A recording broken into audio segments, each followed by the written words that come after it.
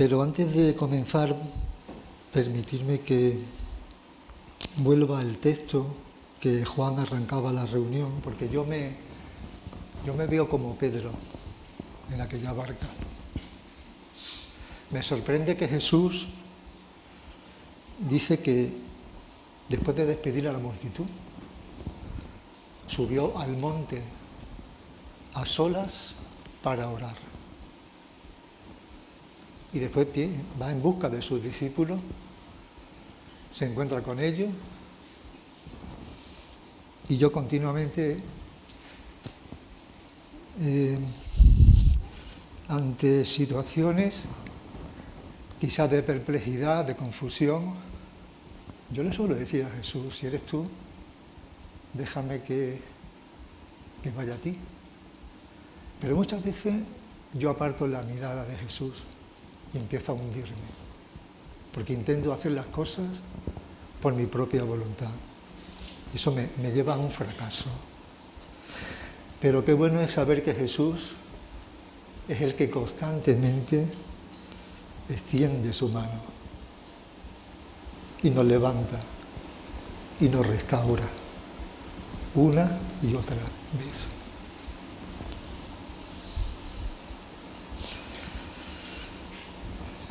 Esta mañana leía una frase del Dios que tenemos. Un Dios que nos invita constantemente a arrodillarnos ante Él, a expresarle nuestra gratitud. Y este extracto de ese poema dice: tú eres un Dios que perdona. Un Dios que perdona. Tú tienes misericordia, porque amas a la concordia. Siempre busca a las personas, con ellas te relacionas. A tu pueblo devolviste, cuando cautivo lo viste, con corazón desgarrado, porque siempre lo has amado, tal y como lo dijiste. A veces no nos paramos a pensar en el Dios que tenemos. Leía 2 versículos y permitirme una licencia, personalizar este versículo que voy a leer. Deuteronomio 7, 6 al 8, la primera parte dice: pues tú eres un pueblo santo. Tú eres santo. Porque perteneces al Señor tu Dios. De todos los pueblos de la tierra, el Señor tu Dios te eligió a ti para que seas su tesoro especial. Ahora, pero ten en cuenta, dice: el Señor no te dio su amor, ni te eligió porque eras una nación más numerosa que las otras naciones, o porque eras mejor, o te podías justificar. No, eso no. Porque tú eras la más pequeña de todas. Más bien, sencillamente, porque el Señor te ama. Y Jeremías dice: hace tiempo que el Señor le dijo a Israel, te dijo a ti, Pepe, Antonio, Juan: yo te he amado, pueblo mío, con un amor eterno, con amor inagotable, te acerqué a mí. Que el Señor bendiga la reflexión de esta mañana. La verdad tenía que compartir otro tema y el Señor me estaba diciendo que era este el texto. Una mirada de fe. Puesto los ojos ¿en quién? En Jesús, el autor y consumador de nuestra fe. Porque cuando perdemos de vista a Jesús es cuando nuestras vidas tambalean y fracasamos. El texto lo encontramos en Números, un libro que muy pocas veces lo solemos leer. Números. Aquí soy todo de números, de letras en la facultad. Número 21, capítulo 4, versículo 9. Para situarnos, el pueblo de Israel, según cuentan algunos historiadores o comentaristas, eran los últimos años de travesía, 40 años en el desierto, un recorrido que dicen algunos entendidos que podría haberse realizado en un mes, pero por el pecado y la maldad del pueblo de Israel estuvieron vagando por el desierto 40 años. Después de ser liberados 430 años de esclavitud, que se sentían oprimidos, amargados, y Dios los liberó. Partieron del monte de Or por el camino del Mar Rojo para rodear la tierra de Edom, porque esa región el rey no les permitió entrar y tuvieron que hacer un gran rodeo. Y el pueblo se impacientó por causa del viaje. Yo cuando leía este texto me sentía reflejado ahí. Imaginar la historia, la secuencia, el episodio, vernos nosotros en esa multitud de personas, cómo actuaríamos. Pero es que además dice el versículo 5, el pueblo habló contra Dios y Moisés. ¿Por qué nos habéis sacado de Egipto para morir en el desierto? No era la primera vez que decía eso el pueblo. Ya lo dijo varias veces anteriormente. Pues no hay ni comida ni agua y detestamos este alimento tan miserable. Uf. Y el Señor envió serpientes venenosas entre el pueblo y mordieron al pueblo. Mucha gente de Israel murió. Entonces el pueblo vino a Moisés y dijo: hemos pecado. ¿Por qué? Porque hemos hablado contra el Señor y contra ti. Intercede con el Señor para que quite la serpiente de entre nosotros. Y Moisés intercedió por el pueblo. Y el Señor le dijo a Moisés: hazte una serpiente de bronce y ponla sobre un asta, y acontecerá que cuando todo el que sea mordido la mire, vivirá. Y Moisés hizo una serpiente de bronce y la puso sobre el asta, y sucedía que cuando una serpiente mordía a alguno, y éste miraba a la serpiente de bronce, vivía. Diré, esto es historia, pero es una lección que se refleja, que se proyecta al plan de salvación para muchas personas, porque Jesús tuvo que ser levantado como aquella serpiente de bronce para que todo aquel que en Él cree tiene vida eterna.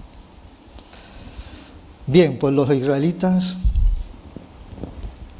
empiezan a quejarse de su situación. ¿Cuántas veces nos quejamos nosotros? A veces de situaciones en las que estamos inmersos, de pruebas y dificultades, y de la comida, quiero decir. Aquel maná que constantemente el Señor le daba con una fidelidad exquisita todos los días, se quejan también. Mostrando impaciencia, nos impacientamos, estamos descontentos, desanimados, a pesar de haber sido liberados de Egipto aquellos 400 amargos años que pasaron hasta que Dios tuvo misericordia del pueblo, de su pueblo, lo redimió y lo rescató. Pero aquellos israelitas, algunos anhelan su pasado, comparan. Algunos pensaban que estaban mejor cuando estaban en Egipto. ¿Cuántas veces nosotros pensamos, cuando nos sentimos en duda, en confusión, que estábamos mejor cuando estábamos en el mundo? Mira, eso es una gran mentira del diablo, que lo quiere hacer con sutileza para arrastrarnos, para engañarnos. Otros desconfían en Dios.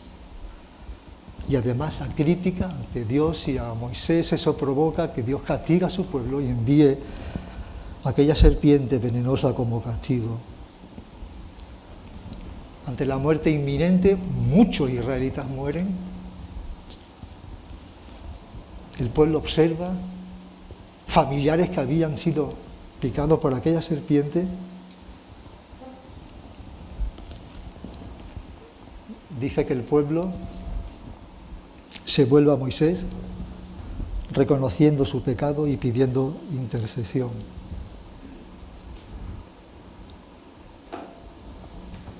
Reconociendo su pecado. Eso es un primer paso de acercarnos a Dios, al Señor. Reconocer nuestro pecado y pidiendo intercesión. Moisés pudo haber dicho: estoy cansado de este pueblo, me está criticando constantemente y como líder me siento desgastado ya. Había como podéis vosotros, pero no estuvo así, Moisés.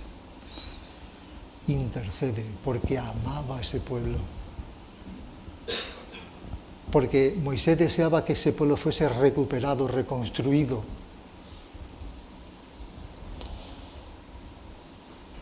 Bueno, Dios instruye a Moisés que haga aquella serpiente de bronce, prometiendo que quienes miren a ella sean sanados. Yo no sé la situación que verte allí, algunos mirarían, fueron sanados, otros dudarían, que de mirar allí. Bueno, este acto simboliza dos cosas muy importantes. En primer lugar, la misericordia de Dios, el amor de Dios y la fe necesaria para la salvación. Esta historia nos enseña la gracia de Dios, el regalo inmerecido que no se adquiere por obra. Jesús dijo: yo no he venido para llamar a justos, sino a pecadores al arrepentimiento. Es más, esa gracia que se manifiesta ofrece salvación, subraya eso, a los rebeldes que no lo merecen. Dice la Biblia que Dios muestra su amor para con nosotros en que, siendo aún pecadores, Cristo murió por nosotros. Aquella mirada a la serpiente de bronce representa o simboliza la fe en Cristo, quien también sería levantado en una cruz para ofrecer salvación y vida eterna. Tres aspectos importantes de este texto es la importancia de la intercesión, de la oración, la importancia de que oremos por las personas que están a nuestro alrededor, que no conocen al Señor, familiares, vecinos. Dios puede hacer un milagro, pero también necesita que nosotros le expresemos a Él, que vengan al conocimiento de la verdad. En segundo lugar, el arrepentimiento genuino y verdadero, como hizo el pueblo. Hemos pecado. Porque el pecado nos separa, nos distancia de Dios, y cuando pecamos tenemos que arrepentirnos para volver de nuevo a esa relación con el Señor. La salvación, por tanto, es un regalo inmerecido y que está disponible para todos, pero que requiere una respuesta de la fe. Dice el versículo 4 que, parten, el pueblo se impacienta, hay un momento de frustración, de cansancio del pueblo, y habló el pueblo contra Dios y contra Moisés. Fijaros la dureza, ¿no? ¿Por qué nos hiciste subir de Egipto para que muramos en este desierto? No hay pan ni agua y nuestra alma tiene fastidio de este pan tan liviano. En este versículo nos habla de un gran problema, la murmuración. No voy a hablar mucho de la murmuración porque Antonio ya tocó algo en el tema de Santiago, pero sí una breve pincelada. Es un veneno la murmuración, el chisme, el hablar, porque ese es un virus letal que produce daño a las personas. El pueblo se había olvidado de la liberación de Egipto, las constantes provisiones de Dios, las quejas constantes del pueblo, la queja se dirige tanto a Dios como a Moisés, la mención del pan tan liviano, el maná, indica un desprecio por la provisión milagrosa y constante de Dios. Dice el libro de Proverbios que el alborotador siembra conflicto, el chisme separa a los mejores amigos, los distancia por el daño que producen. Porque el chismoso es alguien que critica a los demás a sus espaldas, siempre pensando lo peor de los demás. de tal manera que el que hable quede bien, aparentemente, y que el objeto del chisme quede mal. El chisme se define como una noticia verdadera o falsa con que se murmura o se pretende difamar a una persona. Hoy se habla mucho de los bulos, hay que estudiar la bulología, van a poner una carrera nueva en la universidad, ¿no?, de los bulos, pero a veces curiosamente hay muchos bulos que se confirma con el tiempo que son verdad. Pero es que la murmuración, el que murmura, hace daño a tres personas, a él mismo el primero, al que escucha muchas veces sin desmentir al hablante y a la persona de que se murmura. Es dañino, ¿no?, a los tres. ¿Existen recursos? ¿Existen estrategias? Sí. ¿Alguna sugerencia? No creerlos sin verificarlos. No los fomentes. No divulgues información no comprobada o contrastada. Recuerda que los chismes destruyen. Es un virus letal. Produce daños colaterales muchas veces. ¿Por qué? Porque somos mucho más propensos a creer las cosas malas que se dicen de alguien que las buenas. Alguien dijo, las palabras negativas sobre alguien penetran hasta lo más íntimo del ser, significa que controlan la manera en que vemos a la persona. ¿No ha pasado eso? Cuando la murmuración en el entorno laboral, ya tenemos fotografiado a la persona con todos los defectos. Y después te acercas a él, te relacionas con él y ves que no es cierto, que se ha tergiversado la realidad y se produce un daño bestial. Bien, pues dice que, cuenta la historia, que después de ese daño, esa crítica, esa murmuración que hacen el pueblo de Israel, a Dios y a Moisés, Dios les castiga, en el versículo 6, le envía al pueblo aquellas serpientes venenosas que mordían al pueblo y murió mucha gente de Israel. Son enviadas como consecuencias del pecado, es decir, la alta mortalidad destaca la seriedad de su rebelión. Entonces el pueblo vino a Moisés, dice el versículo 7, hemos pecado. Qué buena presentación, ¿verdad? Qué valentía. Hemos pecado por haber hablado contra Dios, contra ti. Ruega a Dios que quite de nosotros esta serpiente. Y Moisés oró por el pueblo. Dos aspectos muy importantes a subrayar: el arrepentimiento y la intercesión. El arrepentimiento porque necesitamos arrepentirnos. Pensamos que únicamente nos arrepentimos cuando conocemos al Señor, sino tenemos que arrepentirnos porque tantas veces caemos, tantas veces dejamos de mirar a Jesús y tenemos que arrepentirnos porque sin arrepentimiento no hay bendiciones para el creyente. Y la intercesión, la necesidad de orar los unos por los otros. Me encanta la disposición de Moisés a orar por el pueblo, a pesar de sus quejas, a pesar del daño anímico que le había producido a Moisés, de aquellos grupos tóxicos que habían, que explosionaban y que proyectaban la toxicidad también y repercutía al pueblo. Pero Moisés amaba a ese pueblo con todo su corazón y va delante del Señor, intercede por su pueblo para que el Señor retire aquellas serpientes. Permitirme hablar un poco en el poder de la oración, la importancia que tiene. Me encanta cuando uno se acerca a los evangelios y ve a Jesús, que una de sus máximas prioridades es la oración a solas con el Padre, donde Él pasa tiempo de diálogo, de conversación. Orar es hablar con Dios. Piénsalo.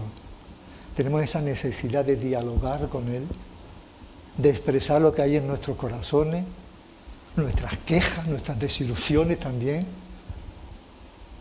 Señor, me ocurre esta situación, yo quiero que endereces mi vida, porque la oración es aprender a depender de Dios, a estar convencido cada vez que nos acercamos a Él de que estamos en la presencia del Señor. 4 pequeñas características que estaba reflexionando sobre la oración. En primer lugar, conciencia de nuestra necesidad. Tiene que ver con nuestra necesidad del Señor. Cuando cantamos, yo quiero más de ti, es que yo necesito más del Señor, porque yo no puedo conformarme con una vida tan plana. Decía el salmista, ¿a quién tengo en el cielo sino a ti? Si estoy contigo, ya nada quiero en la tierra. ¿Creemos eso?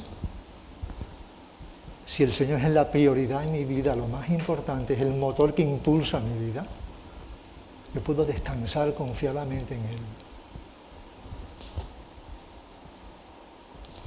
Tenemos que buscar siempre y depender de Él, porque la oración es nuestra declaración de dependencia del Señor.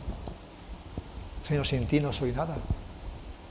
Yo por mis propios esfuerzos caigo una y otra vez. Necesito estar conectado permanentemente en ti. La segunda característica es la fe.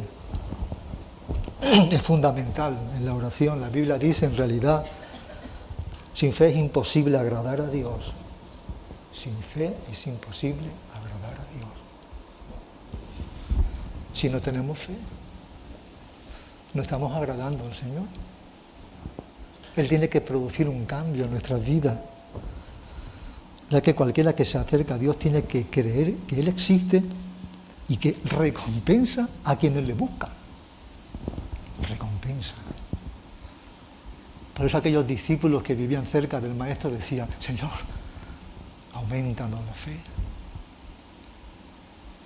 Necesitamos que el Señor aumente nuestra fe, nuestra confianza en Él. Como aquella mujer que dijo, si tan solo tocase el borde de su manto seré sana.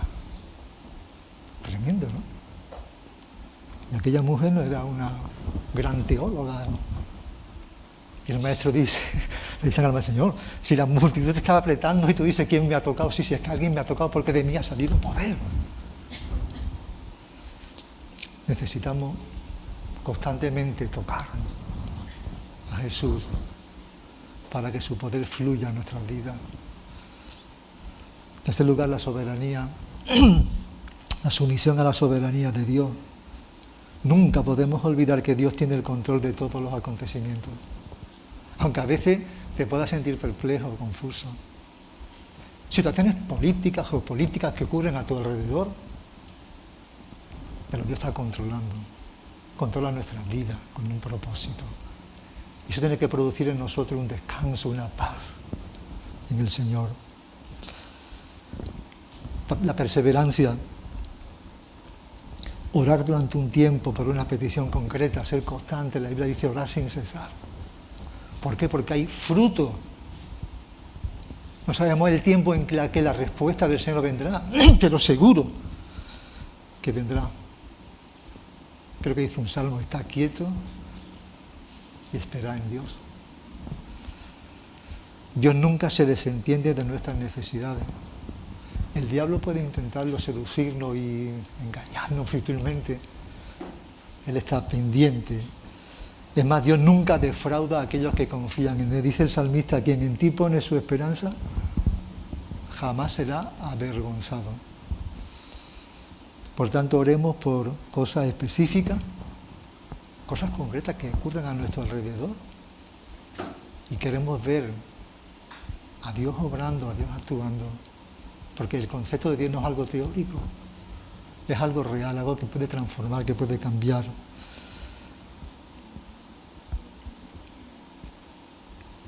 Oremos al Señor con todo nuestro corazón, con toda nuestra alma, con toda nuestra mente. Tengo anotado 2 frases, las subrayé en un libro. John Wesley, un gran hombre de Dios. La vida de un hombre será tan grande como su vida de oración.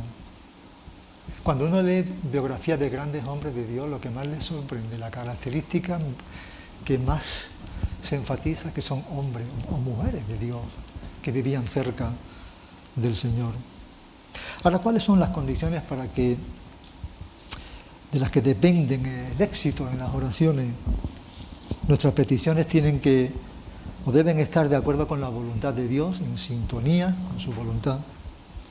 Debemos creer que Dios puede y que también quiere hacerlo. Aquella escena de Jesús, aquel hombre que vino, Señor, si tú quieres, puedes sanar. Y le sanó. Hemos de perseverar esperando pacientemente en Dios. Él conoce nuestras necesidades, sin embargo Dios quiere que pongamos toda nuestra confianza en Él.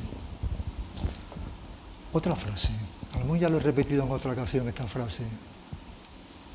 ¿Tenéis seleccionados los libros que vais a leer en estas vacaciones? ¿Me dejáis que os diga uno? Leer, si a lo mejor la habéis leído hace años, volverlo a leer. La biografía de John Newton, perdón, de Jorge Muller. ¿Os acordáis de este personaje? Interesante, ¿eh? En el siglo XIX, Inglaterra, este hombre crea varios orfanatos y leerlo porque os sorprenderá su vivencia. De entre sus frases extraigo esta: no tengo ninguna preocupación ni ansiedad. A mí me encantaría vivir en esta dimensión. Si estamos preocupados cada 2 por 3, inseguridades, futuro incierto. La fe en Dios hace que eche mis cargas sobre Él. Él creía en las palabras que dice Pedro, echando toda vuestra ansiedad sobre Jesús, porque Él tiene cuidado de nosotros. En todas las cosas encuentro que Dios es mi ayudador.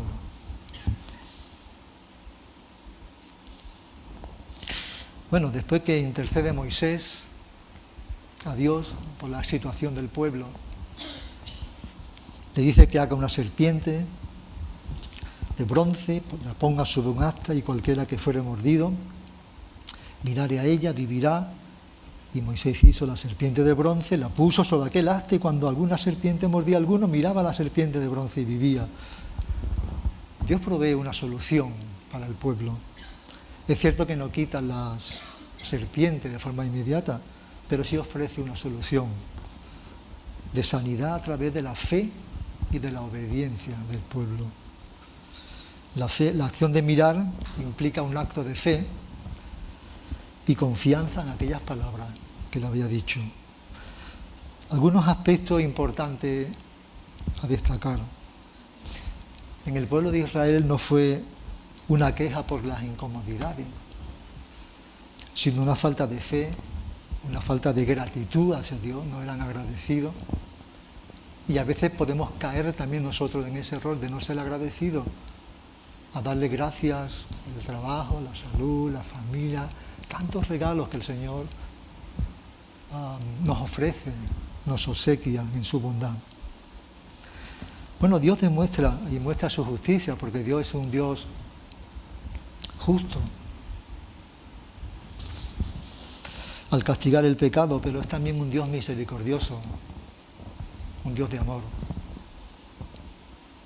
Me encanta cuando dice el Salmo, es lento para la ira y grande en misericordia. Y Él ofrece y provee sanidad, provee restauración. Provee restauración porque Él quiere reconducir nuestra vida. Él nunca nos rechaza. Aquella serpiente representa el juicio. Al ser levantada en bronce, se convierte en un medio de salvación, podemos decir, prefigura la crucifixión de Jesús, de donde el que mira con fe, como dice el apóstol Pablo cuando escribe a los Corintios, hecho pecado por nosotros, encuentra la vida. Me llamó la atención que este episodio, en cierta manera, Jesús también lo destaca. Cuando en Juan 3, 14 al 15 compara esta serpiente elevada con su propia crucifixión, demostrando que aquellos israelitas cuando miraron a aquella serpiente fueron sanados. Nosotros somos salvos al mirar con fe a aquel que fue crucificado. Fijaos las palabras de Jesús en Juan 3, 14 al 15. Y así como Moisés levantó la serpiente de bronce en un poste en el desierto, así deberá ser levantado el Hijo del Hombre, para que todo el que crea en Él tenga vida eterna. ¡Wow! Qué bueno, ¿verdad? Qué buena promesa. Es cierto que aquella sanidad no fue automática en el pueblo de Israel. En cierta manera dependía que la persona tenía que mirar a la serpiente de bronce. Era un acto que requería fe en Dios y obediencia a Él. Destacar la importancia de la oración de Moisés para que proveyera la solución. Algunas aplicaciones prácticas para nuestra vida, a modo de conclusión.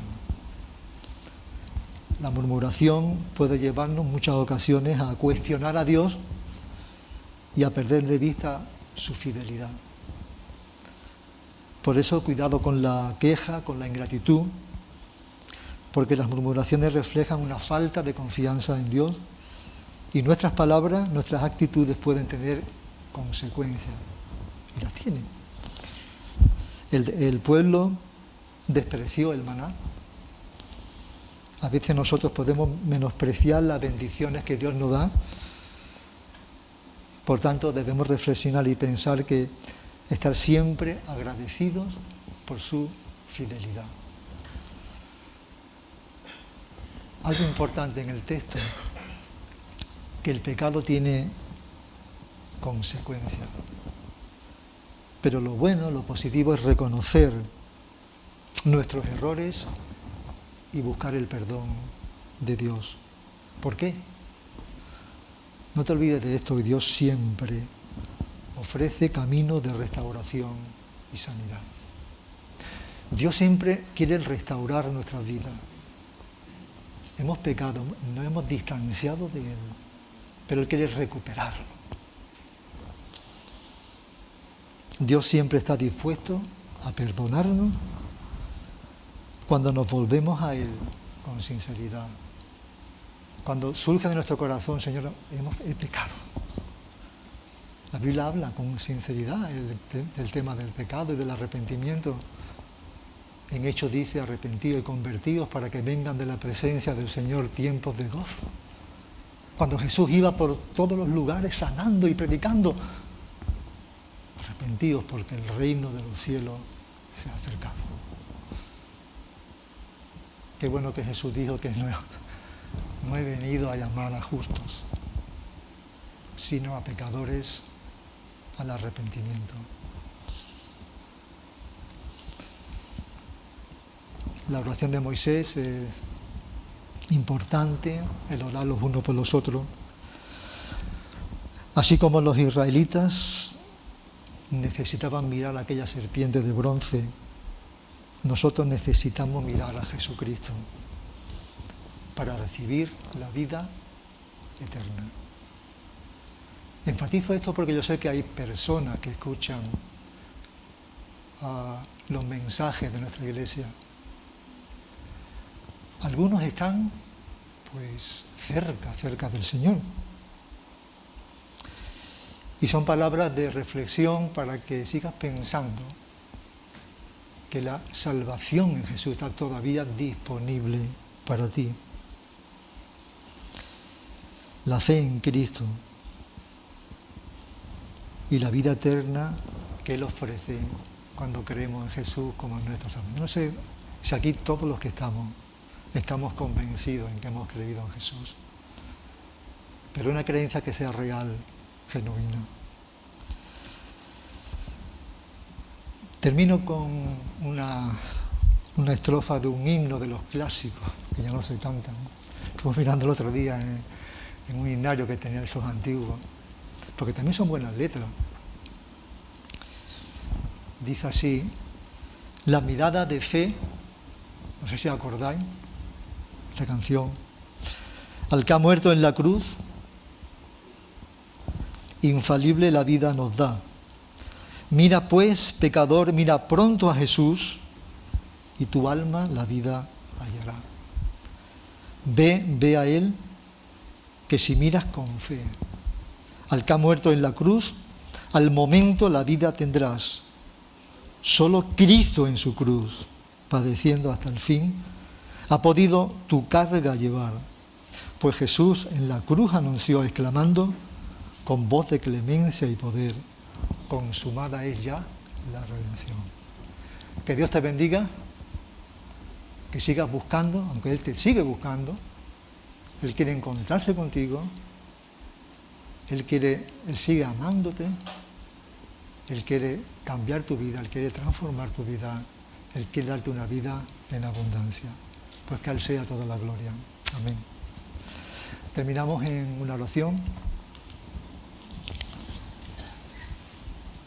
Señor, te agradecemos tu palabra, quizás muchas veces escuchada, pero no pensamos en su contenido, en la gran dimensión del amor tuyo, un Dios que nos ama,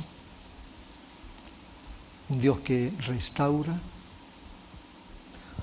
un Dios que está pendiente de nuestras vidas, un Dios bueno, un Dios que dio a su Hijo Jesucristo para morir en la cruz por cada uno de nosotros,